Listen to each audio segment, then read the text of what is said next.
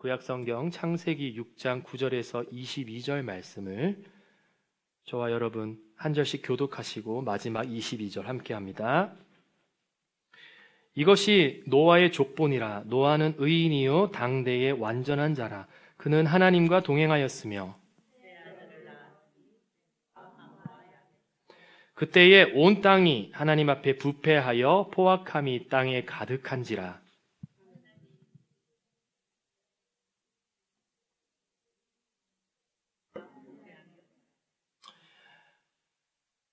하나님이 노아에게 이르시되 모든 혈육 있는 자의 포악함이 땅에 가득함으로 그 끝날이 내 앞에 이르렀으니 내가 그들을 땅과 함께 멸하리라.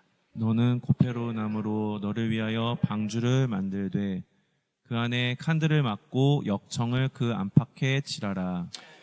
내가 만들 방주는 이러하니 그 길이는 300규빗, 너비는 50규빗, 높이는 30규빗이라. 거기에 창을 내되 위에서부터 한 규빗에 내고 그 문은 옆으로 내고 상중하 3층으로 할지니라. 내가 홍수를 땅에 일으켜 무릇 생명의 기운이 있는 모든 육체를 천하에서 멸절하리니 땅에 있는 것들이 다 죽으리라. 그러나 너와는 내가 내 언약을 세우리니 너는 내 아들들과 내 아내와 내 며느리들과 함께 그 방주로 들어가고 혈육 있는 모든 생물을 너는 각기 암수 한 쌍씩 방주로 이끌어 들여 너와 함께 생명을 보존하게 하되 새가 그 종류대로 가축이 그 종류대로 땅에 기는 모든 것이 그 종류대로 각기 둘씩 내게로 나아오리니 그 생명을 보존하게 하라. 너는 먹을 모든 양식을 내게로 가져다가 저축하라. 이것이 너와 그들의 먹을 것이 되리라. 노아가 그와 같이 하여 하나님이 자기의 명하신 대로 다 준행하였더라. 아멘. 할렐루야. 네, 사랑하는 성도 여러분 반갑습니다. 오늘 오후 찬양 예배에 참석하신 이 자리에 계신 여러분들은 행운입니다. 왜냐하면 오늘 제가 설교를 굉장히 짧게 할 것이기 때문입니다. 아쉽다 해야죠. 아쉽다. 우리 교회학교 학생들 축복합니다. 네. 오늘 노아에 대한 두 번째 시간인데요. 제목은 코람데오 하나님 앞에서 라는 제목으로 여러분 앞에 말씀을 나누고자 합니다. 여러분, 코람데오 뜻이 무엇일까요? 맞습니다. 하나님 앞에서. 제가 같이 옆에 답을 같이 달아놨죠? 그래서 오늘 여러분 이 한 가지만 알고 돌아가시면 성공입니다. 코람데오 무슨 뜻이라고요? 하나님 앞에서. 하나님 앞에서. 우리가 하나님 앞에서 살아간다는 것, 그것이 얼마나 복된 일인 줄 우리가 하나님을 알면 알수록 우리가 경험하게 됩니다. 그런데 노아의 때에는 많은 사람들, 대부분의 사람들이 코람데오, 그때는 이제 물론 라틴어가 생기기 전이기 때문에 코람데오라는 말은 없었지만 하나님은 여전히 계셨잖아요. 그런데 하나님 앞에서 살지 못했어요. 그래서 우리 오늘 본문은 아니지만 6장 1절 말씀, 창세기 6장 1절 말씀을 보시면 사람이 땅 위에 번성하기 시작할 때에 이 노아의 이야기가 시작됩니다. 여러분, 번성이란 말은 참 좋은 말인데요. 지금 우리 시대가 참 풍요롭고 번성하지 않습니까? 그런데 사람이 번성하면서부터, 이 세상이 번성하면서부터 죄악의 본격적인 주된 무대가 시작되었습니다. 그래서 방금 읽은 말씀에 보니까 사람이 땅 위에 번성하기 시작할 때에 그들에게서 딸들이 나왔다. 그래서 이어지는 2절 한번 보실까요? 2절 보시면 사람에게서는 번성하기 시작할 때 사람들에게서는 딸들이 나왔는데 하나님의 아들들이 그 사람의 딸들의 아름다움을 보고 이제 아내를 삼게 됩니다. 사람의 딸들이 어때서?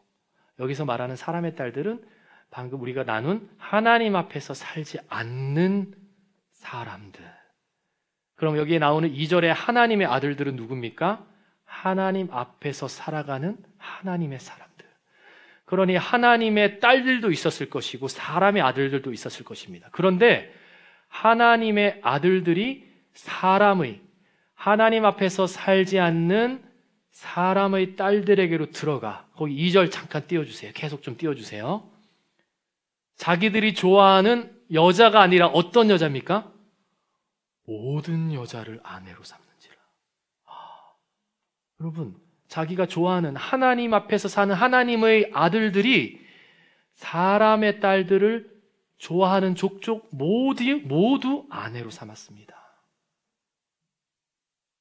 그리고 제가 결혼하기 전에, 물론 저도 이제 많은 여자들은 아니에요. 몇몇 분들이 저에게 결혼하고 싶다고 이렇게 반장난으로 또는 진지하게 말하는 분들이 계셨습니다.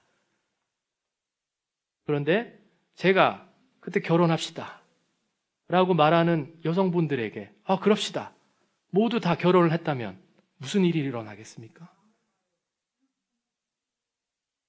그런데 그러한 일들이 하나님의 아들들이 사람의 딸들에게 들어가 그렇게 했다는 거예요.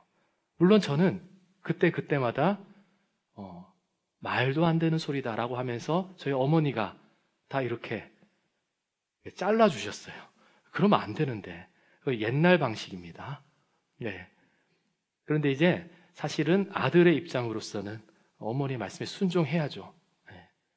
그런데 만약에 그러한 어떠한 지혜의 방법 없이 무조건적으로 좋아한다고 해서 무조건 다 결혼하고 무조건 다 아내로 맞아들이게 되면 바로 오늘 노아의 때와 같이 죄악의 본격적인 주무대가 되는 것입니다. 여러분, 사람이 번성한다는 것은 풍요롭고 많은 것들이 다 너무나도 조화롭고 어딜 가나 먹을 것이 풍부하고 어딜 가나 사람이 많아서 즐겁고 마실 것도 많고 즐길 것도 많고 아주 좋은 시대 아닙니까? 그런데 그러할 때에 하나님의 아들들에게는 위기라, 이 말입니다. 물론 이제 제 아내는 시어머니에게 굉장히 감사하고 있습니다. 그때 결혼하지 말라고 이렇게 해주셔서, 컨트롤 해주셔서 제가 결혼할 수 있었습니다. 이렇게 얘기를 하곤 하는데요. 모릅니다. 사람 일은 모르는 거예요. 나중에 가가지고 어머니 왜 그러셨어요? 이렇게 할 수도 있는 일이에요. 그러니 노아의 시대처럼 지금 시대도 마찬가지입니다. 지금 당장 잠깐 좋다고 해서 그냥 마구 잡아버리는 것. 그냥 좋은 그대로의 감정, 그냥 고지 곧대로 그거에만 몰두하는 그러한 시대. 그래서 사람이 번성하는, 처음 번성했던 노아의 시대나 지금의 시대 모두 공통점, 사람이 번성하면서 하나님의 아들들에게는 위기의 때이다. 그래서 하나님께서 그 광경을 보시고 이렇게 말씀하셨죠. 6장 3절, 여호와께서 이르시되 나의 영이 영원히 사람과 함께하지 아니하리니 내가 그 사람과 함께하지 않겠다. 이는 그들이 육신이 됨이라. 하나님께서 사람들에게 뭐라고 하셨다고요? 육신이 되었다. 아니, 당연히 우리 육신인데요. 그렇지 않다는 것이죠. 하나님이 하나님의 자녀들을 처음 만드셨을 때 생영으로 만드셨어요. Living soul. 하나님의 영으로 교통하는 생명으로 우리를 만들어 주셨어요. 그런데 지금 사람이 번성하고 하나님의 아들들도 하나님 앞에서 살지 못하는 위기의 때에 하나님 보시기에 이들은 육신이다. 여러분, 육신이라는 단어 영어 성경에는 flesh라는 단어가 되어 있어요. flesh는요 고기 덩어리예요. 그러니까 하나님이 사람을 보시고 고기 덩어리구나 이렇게 말씀하셨다는 거예요. 그렇게 여기셨다는 거예요. 하나님의 영과 소통하면서 그렇게 하나님 앞에서 살아가야 되는 하나님의 아들들이 고기 덩어리가 되었다는 것입니다. 이어지는 6장 4절에는요 당시에 사람들을 묘사하고 있어요. 당시의 땅에는 네피림은요 그 마지막에 있는 설명이 도와주고 있어요. 고대에 명성이 있는 사람들, 용사였던 건장한 사람들이었어요. 그러니까 당시에 하나님의 아들들 이외의 네피림들이 고대의 용사로서 명성 있는 인기 있는 사람들이 이미 있었어요. 존재했는데 이제는 하나님의 아들들이 사람의 딸들에게 들어와 자식을 낳았더니 그 자식들도 명성 있는 그리고 유명한 자들, 용사로 나왔다는 것입니다. 하나님의 아들들은 하나님의 아들들을 낳아야죠. 왜? 사람의 딸들에게 들어가 그 세상의 네피림들을 낳습니까? 여러분, 그러나 지금 이 시대는 명성이 있기를 바래요. 유명해지기를 바래요. 파워풀하게 권력을 가지기를 바래요. 네피림이 되기를 갈망하는 세상입니다. 그래서요, 자신의 육신, 플래시, 고기 덩어리를 SNS에 얼마나 자랑하는지 몰라요. 그 고기 덩어리가 살고 있는 집, 그 고기 덩어리가 타고 다니는 차, 그 고기 덩어리가 얼마나 아름답게 식스팩을 만들었는지. 물론 여러분, 건강해지는 것 갖고는 별개의 문제입니다. 자신의 플래시를 자랑하는 세상이에요. 네피림이 되기를 자랑하는 세상이에요. 그런데 하나님의 아들들도 그러기 시작했다는 것입니다. 이어지는 6장 6절에 하나님이 그 모습을 보시고 한탄하시고 근심하셨어요.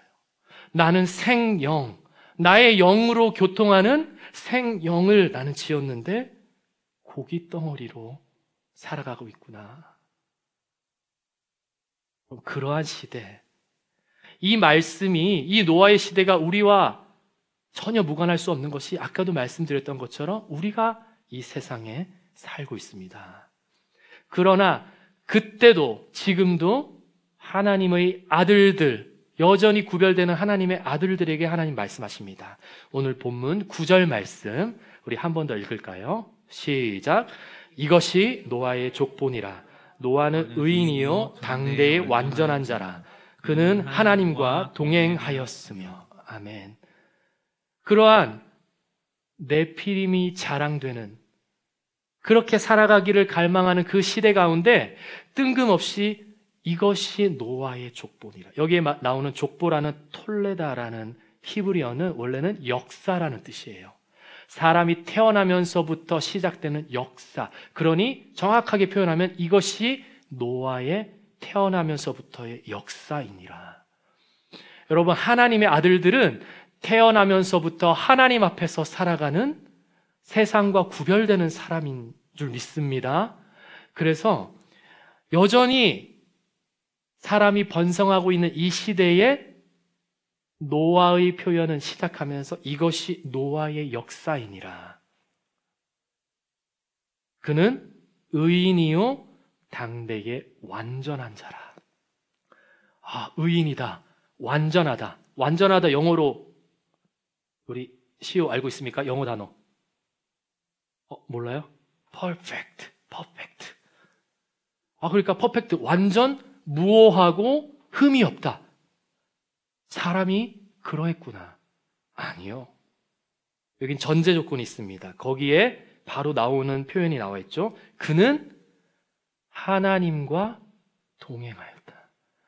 여러분, 하나님과 동행하였기에 의인이 될 수 있었고 완전한 자가 될 수 있었습니다. 여러분, 누군가가 동행하면 바로 그 사람 앞에 계속 머물게 되죠.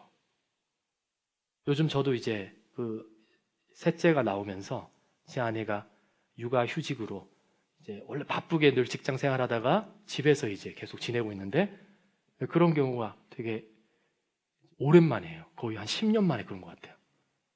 그러니까 이제 보통 이제 집에 저 혼자 있다가 동행을 하니까 자꾸 이제 그 앞에 있는 겁니다. 그러니까 이제 완전 생활이 달라지죠. 그렇죠?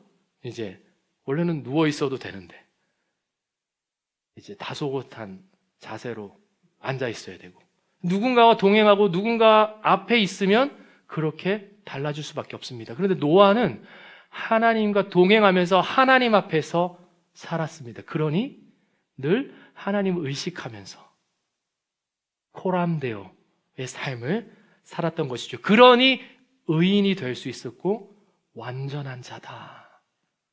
그렇게 살아갈 수 있었습니다. 여러분, 창세기 앞장에 보면 에녹의 이야기가 나오잖아요. 에녹도 그를 표현하는 성경 구절에 에녹은 하나님과 동행하였다라고 되어 있어요. 그런데 이렇게 나와 있어요. 하나님과 동행하였으며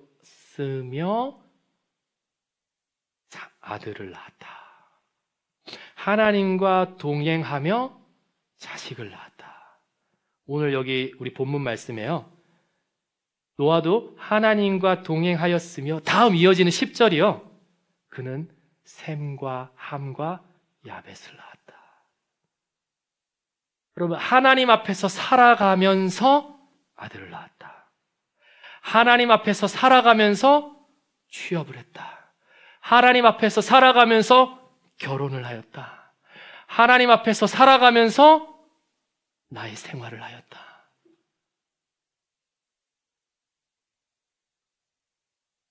여러분, 노아의 시대에 예수님이 이렇게 표현하셨어요. 그 당시 노아의 때에 사람들이 시집가고 장가들고 할 때에 오직 노아의 가족만 구원받았다. 여러분, 항상 시집가고 장가는 다 갔잖아요. 그런데 오늘 노아는 하나님과 동행하며 아들을 낳았습니다. 에녹도 하나님과 동행하며 아들을 낳았습니다. 여러분, 여러분의 중요한 일 또는 생활의 일들 어떻게 하고 계십니까? 나는 그냥 시집가고 장가갔다. 나는 그냥 나의 결정적인 중요한 일을 하였다. 이십니까? 아니면 나는 하나님과 동행하며 이렇게 하였다. 나는 하나님과 동행하며 대학에 갔다. 나는 하나님과 동행하며 공부를 하였다. 여러분, 하나님과 동행하면 하나님 앞에서 사는 삶, 그것이 바로 사람이 번성하는 우리 지금 시대에 하나님의 아들, 하나님의 딸로 그렇게 살아갈 수 있는 가장 좋은 방법입니다. 하나님께서는 그러한 노아가 항상 코람데오의 삶을 살고 있었기에 노아에게 방주의 사명을 맡겨주셨습니다. 나는 한탄하고 나는 근심하고 있지만 노아, 너에게 나의 사명을 주노라.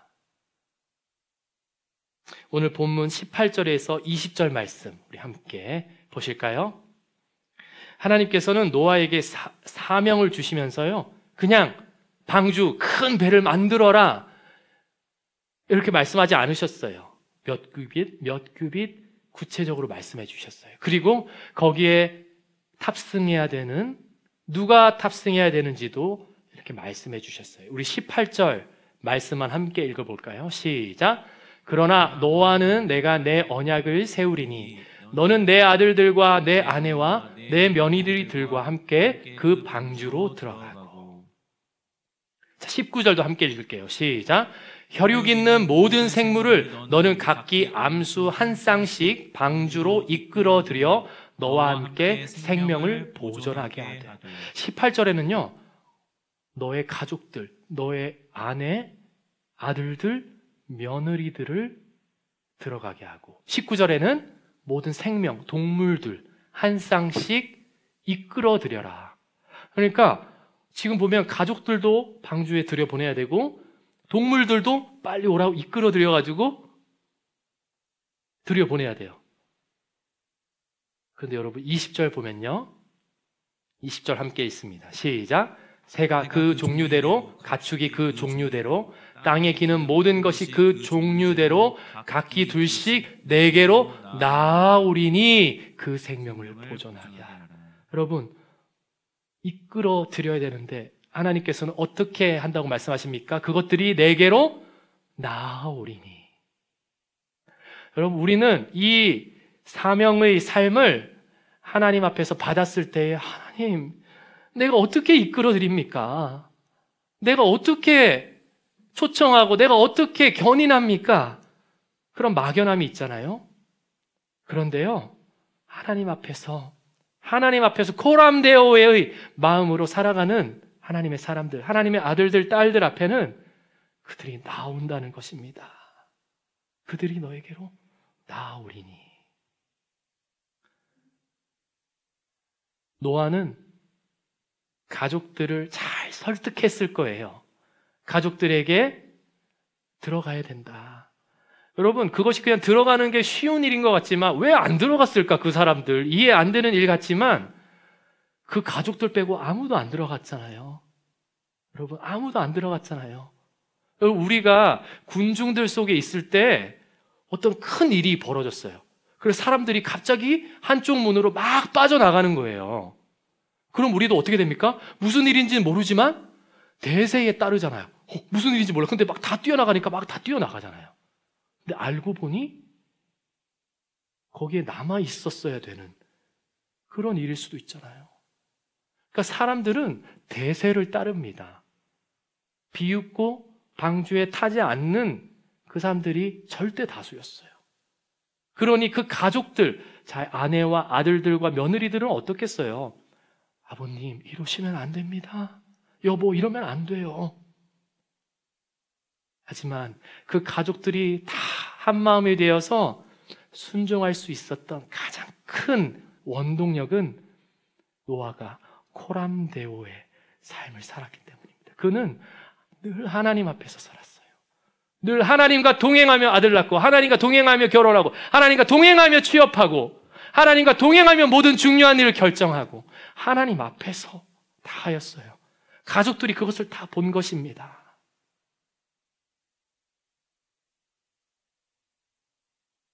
오늘 노아가 산 코람데오의 삶을 저와 여러분, 이 자리에 참석한 모든 성도분들 누리시기를 축복합니다.